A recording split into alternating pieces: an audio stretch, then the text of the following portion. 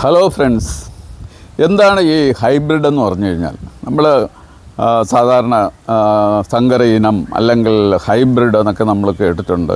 വിത്തുകൾ നമ്മൾ വാങ്ങുമ്പോഴത്തേക്ക് ഹൈബ്രിഡ് ഇനം എന്ന് എഴുതിയിട്ടുണ്ട്, അല്ലെങ്കിൽ F1 ഹൈബ്രിഡ് എന്നൊക്കെ എഴുതിയിട്ടുണ്ട്. അത് ഈ ഒരു ഹൈബ്രിഡ് എന്ന് പറഞ്ഞു കഴിഞ്ഞാൽ ഒരു ജസ്റ്റ് ഉദാഹരണം കാണിക്കാൻ മാത്രമാണ് ഈ വീഡിയോയിലൂടെ ഉദ്ദേശിക്കുന്നത്. നമുക്കിവിടെ മുളകിൻ്റെ പല വെറൈറ്റീസ് ഉണ്ട്. ഇത് വളരെ വലിയ സൈസ്, മുളക് സൈസ് വളരെ വലുതാണ്. ഇത് വെള്ളനൊച്ചി എന്ന് പറയുന്ന ഒരു ഇനമാണ്. ധാരാളം കായകൾ കായ്ക്കുന്നുണ്ട്. ഇതിന് വലിയ രോഗങ്ങളോ കീടങ്ങളോ ഒന്നും ഉള്ളതായിട്ട് തോന്നുന്നില്ല. അപ്പോൾ നമുക്ക് ഒരു നല്ല വെറൈറ്റി എന്നുള്ള നിലയിൽ സെലക്ട് ചെയ്യാൻ പറ്റുന്ന ഒരു വെറൈറ്റിയാണ്. അതുപോലെ തന്നെ നമുക്കിവിടെ വേറെ പല വെറൈറ്റീസും ഉണ്ട്. ഇതൊരു നീളമുള്ള മുളകാണ്, കൂടുതൽ എണ്ണം കായ്ക്കും. പിന്നെ ഇവിടെ നോക്കിക്കഴിഞ്ഞ് കഴിഞ്ഞാൽ ഇത് വേറൊരു തരം, ഇതിൻ്റെ കായുടെ ഷേപ്പ് വ്യത്യാസമുണ്ട്, സൈസ് വ്യത്യാസമുണ്ട്, കളറ് വ്യത്യാസമുണ്ട്. അങ്ങനെ വ്യത്യസ്തമായിട്ടുള്ള പല ഇനങ്ങൾ ഉള്ളപ്പോൾ നമ്മൾ 2 ഇനങ്ങൾ തിരഞ്ഞെടുത്ത് അത് തമ്മിൽ കൃത്രിമ പരാഗണം നടത്തി ഉണ്ടാക്കിയെടുക്കുന്നതിനാണ് നമ്മൾ ഹൈബ്രിഡ് എന്ന് പറയുക.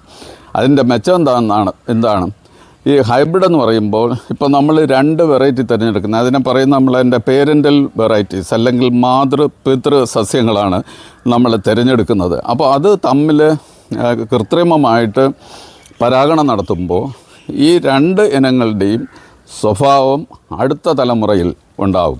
ഈ അടുത്ത തലമുറയാണ് F1 അല്ലെങ്കിൽ 1ാം തലമുറ അല്ലെങ്കിൽ ഫസ്റ്റ് ഫീലിയൽ ജനറേഷൻ എന്നാണ് ജനറ്റിക്സ് പരമായിട്ട് പറയുന്നത്. അപ്പോൾ ഈ 2 ഇനത്തിൻ്റെയും സ്വഭാവങ്ങൾ ഉള്ള ഒരു ഇനം വികസിപ്പിച്ചെടുക്കണമെങ്കിൽ ഉള്ള ഒരു രീതിയാണ് 2 വ്യത്യസ്ത ഇനങ്ങൾ തമ്മിൽ കൃത്രിമമായി പരാഗണം നടത്തി വിത്ത് ഉൽപ്പാദിപ്പിക്കുക എന്നുള്ളത്.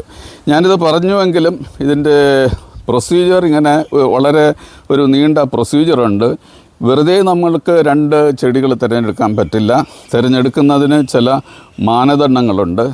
പിന്നെ നമ്മുടെ ലക്ഷ്യം എന്താണ്, ഏത് തരത്തിലുള്ള ഒരു ഹൈബ്രിഡാണ് നമുക്ക് ഉണ്ടാക്കിയെടുക്കേണ്ടത് എന്നുള്ളത് നമ്മുടെ മനസ്സിലുണ്ടാവും. അതനുസരിച്ചിട്ടുള്ള യോജിച്ച തരത്തിലുള്ള സസ്യങ്ങളാണ് മാതൃസസ്യവും പിതൃസസ്യവുമായിട്ട് നമ്മൾ തിരഞ്ഞെടുക്കേണ്ടത്. അങ്ങനെ കൃത്രിമ പരാഗണം നടത്തി ഉണ്ടാക്കുന്ന വിത്തിനെയാണ് F1 സീഡ് എന്ന് പറയുക. ഈ വീഡിയോ നിങ്ങൾക്ക് ഇഷ്ടപ്പെട്ടുവെങ്കിൽ ലൈക്ക് ചെയ്യുക, സബ്സ്ക്രൈബ് ചെയ്യുക, മറ്റുള്ളവർക്ക് ഷെയർ ചെയ്യുക.